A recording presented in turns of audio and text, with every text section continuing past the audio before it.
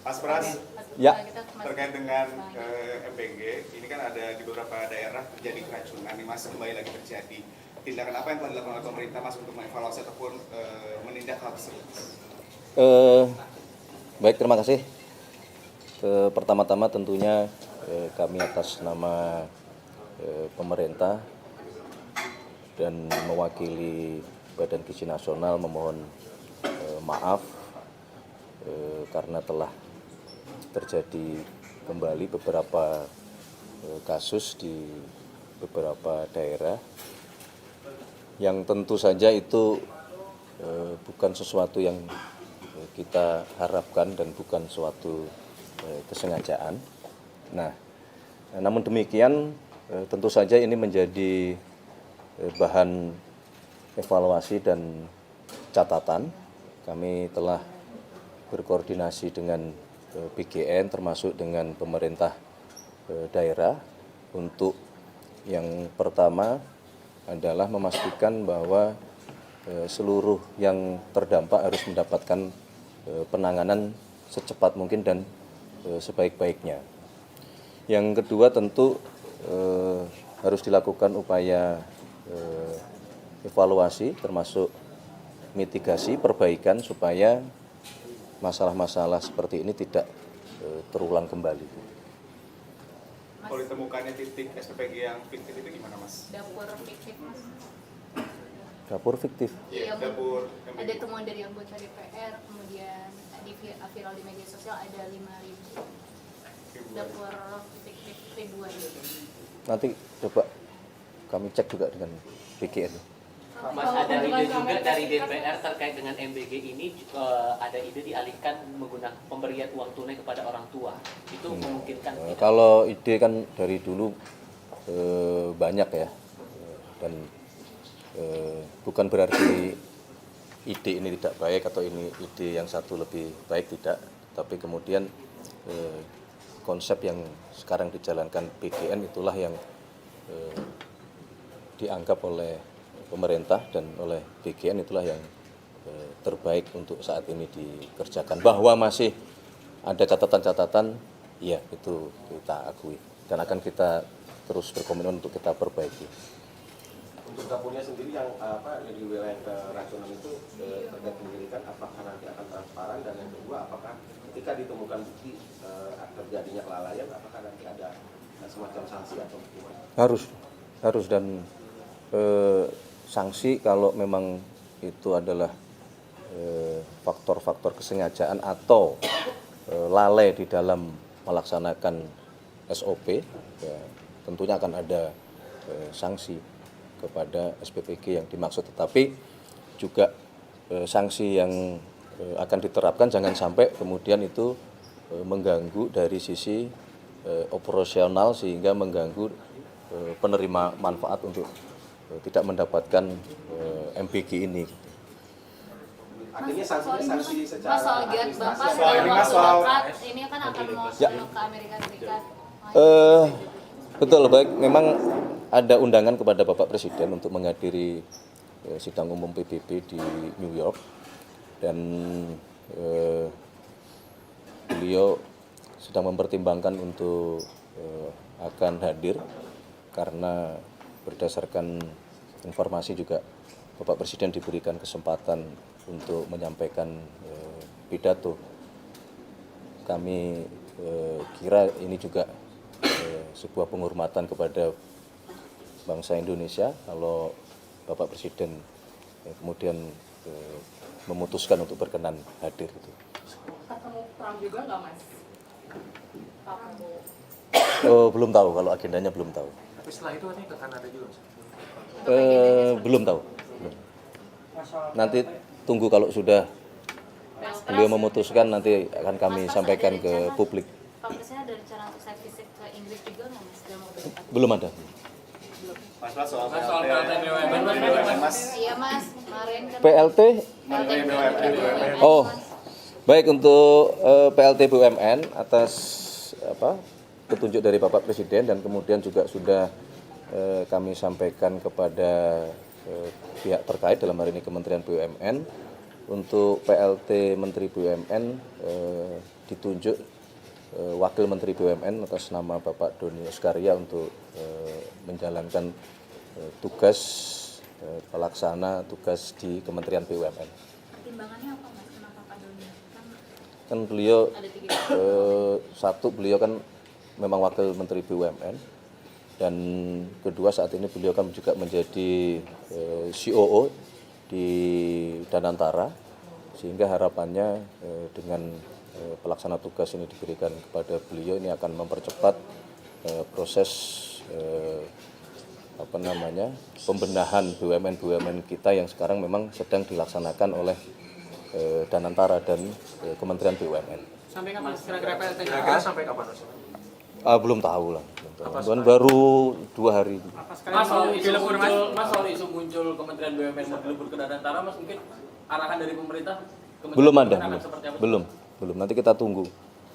Tapi apakah itu ada ke arah sana? Rencana. Ada kemungkinan, tapi memang masih dalam proses kajian dan diskusi. Pertimbangannya berarti nanti ada ke arah sana. Ada kemungkinan. Pertimbangan yang muncul apa aja Mas? Untuk melebur itu Mas? Karena strategisnya di antara Ya, karena kalau pertimbangannya banyak ya.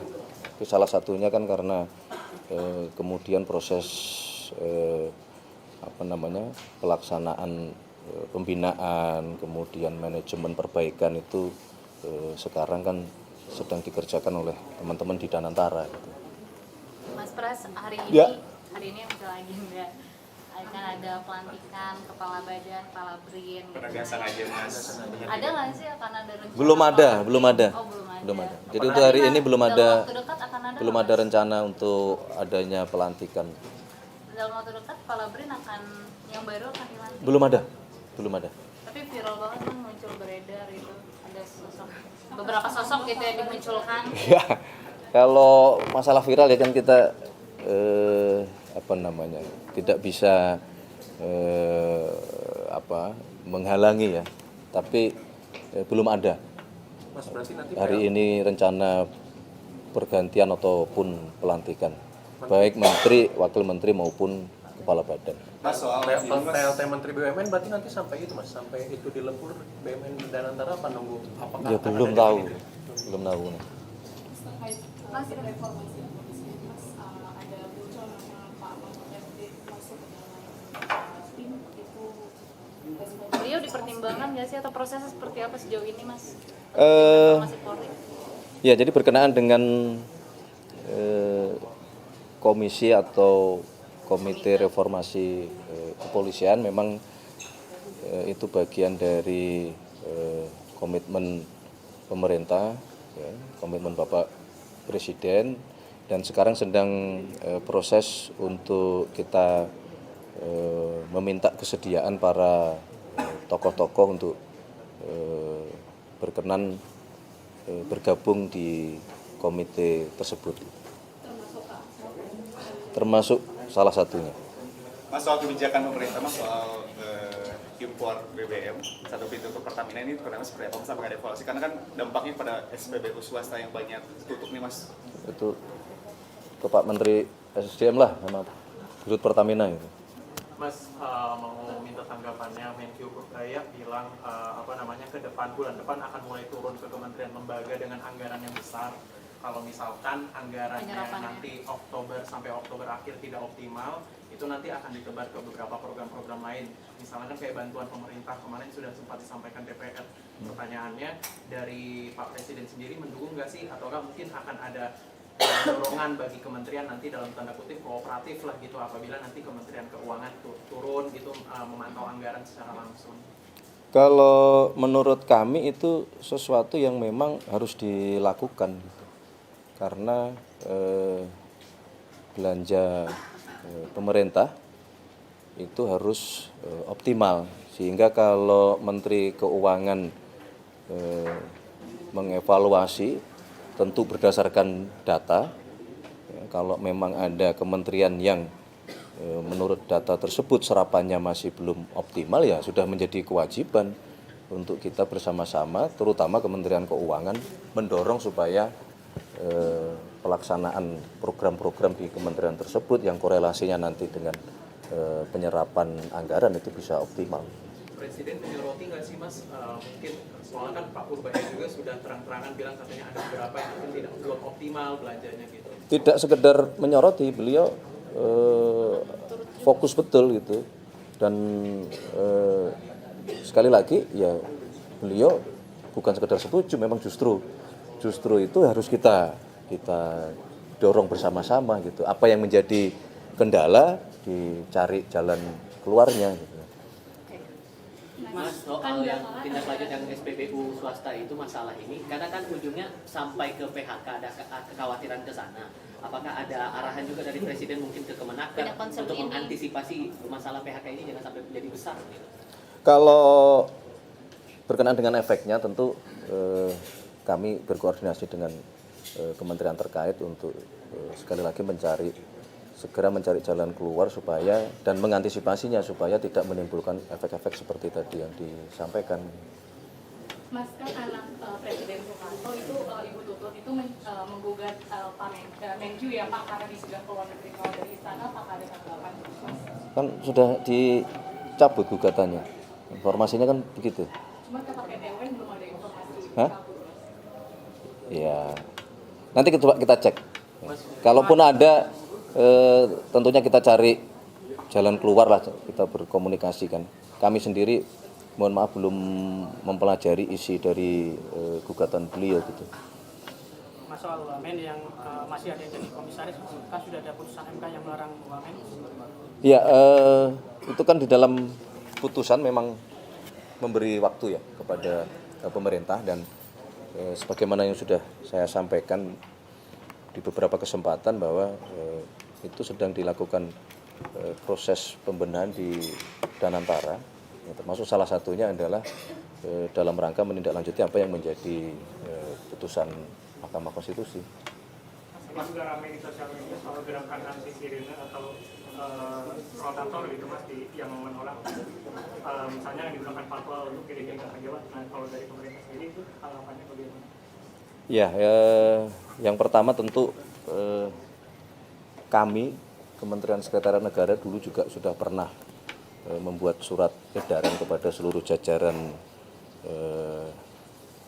pejabat negara yang menggunakan fasilitas-fasilitas pengawalan bahwa memang ada undang-undang yang mengatur itu, tetapi lebih daripada itu yang kalaupun kemudian fasilitas itu dipergunakan, tentunya kita harus memperhatikan kepatutan, kemudian memperhatikan ketertiban masyarakat pengguna jalan yang lain, sehingga bukan berarti menggunakan fasilitas tersebut terus boleh semena-mena atau boleh semau-maunya itu ya terus yang kita dorong, karena memang ada beberapa yang kemudian memang membutuhkan fasilitas tersebut hanya untuk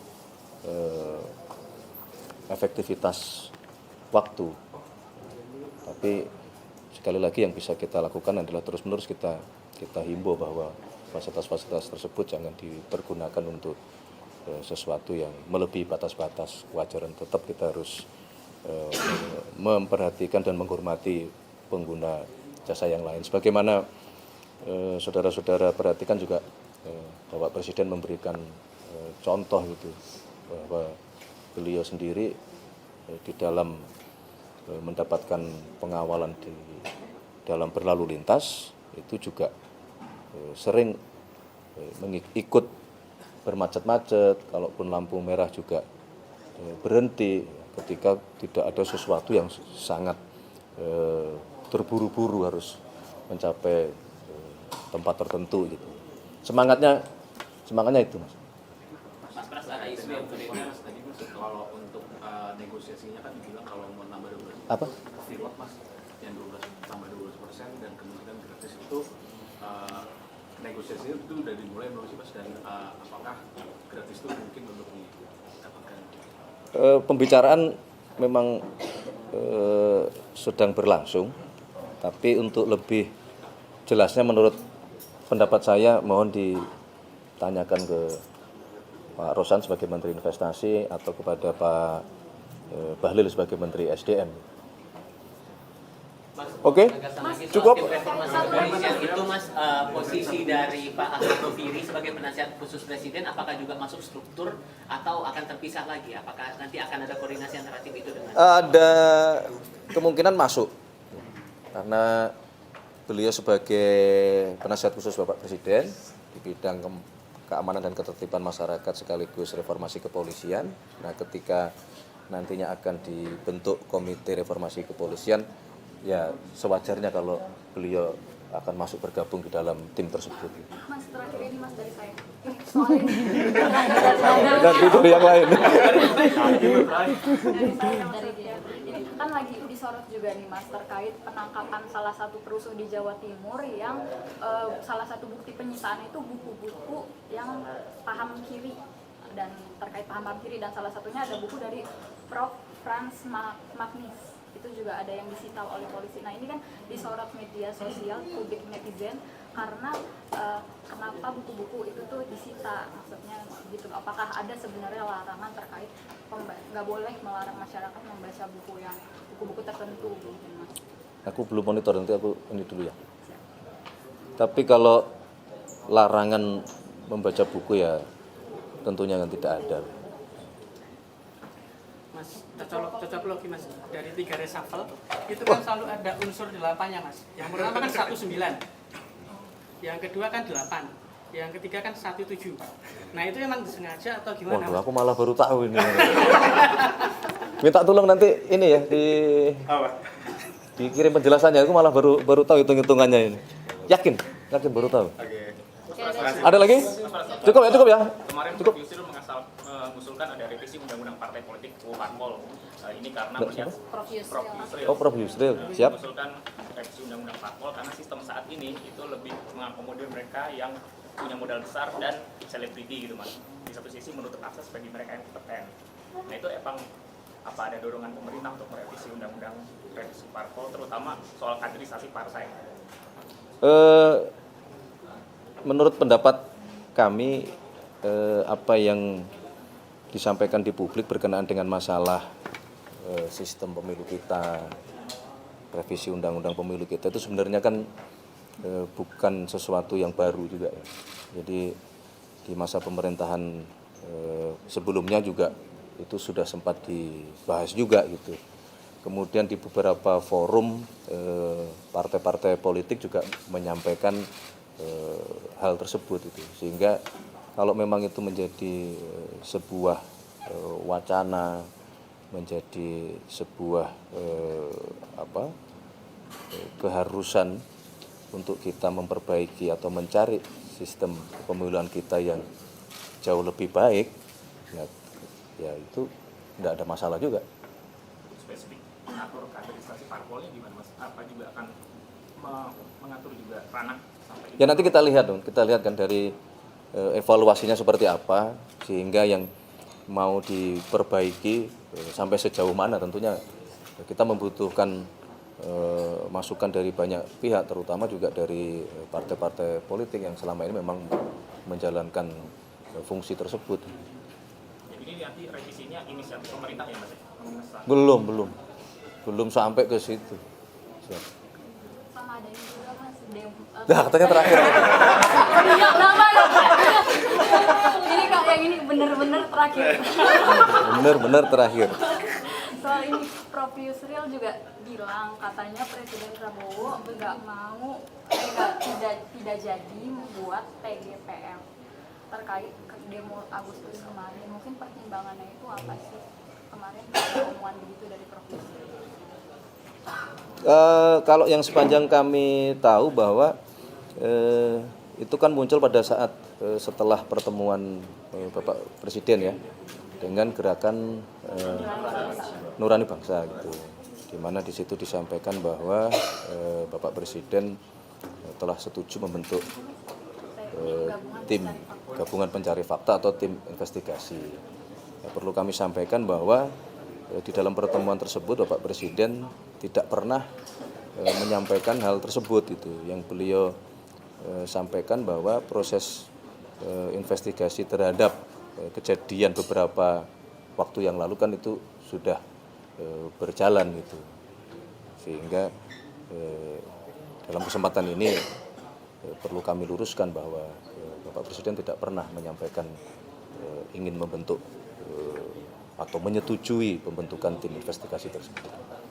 Ada kekhawatiran dari beberapa aktivis dan beberapa pihak dari organisasi HAM, pemerintah dinilai perlu untuk tetap membentuk tim itu karena akan ada potensi untuk dipanggilnya tokoh-tokoh berpengaruh yang mungkin saja tidak bisa dipanggil oleh 6 organisasi HAM yang sudah membentuk TGPF lebih dulu.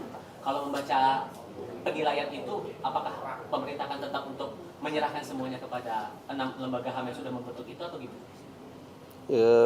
Bukan menyerahkan atau tidak, kan sekarang kita menghormati juga terbentuknya LNHAM ya.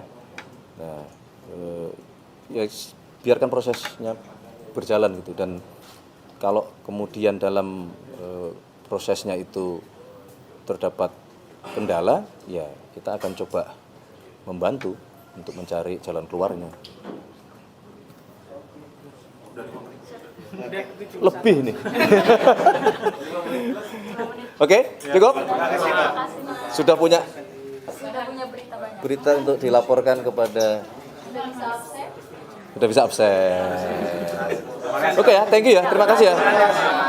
Semua sehat-sehat, tetap semangat. Berarti Jumat depan Kalaupun lagi. ada masalah kita cari titik pertemuan.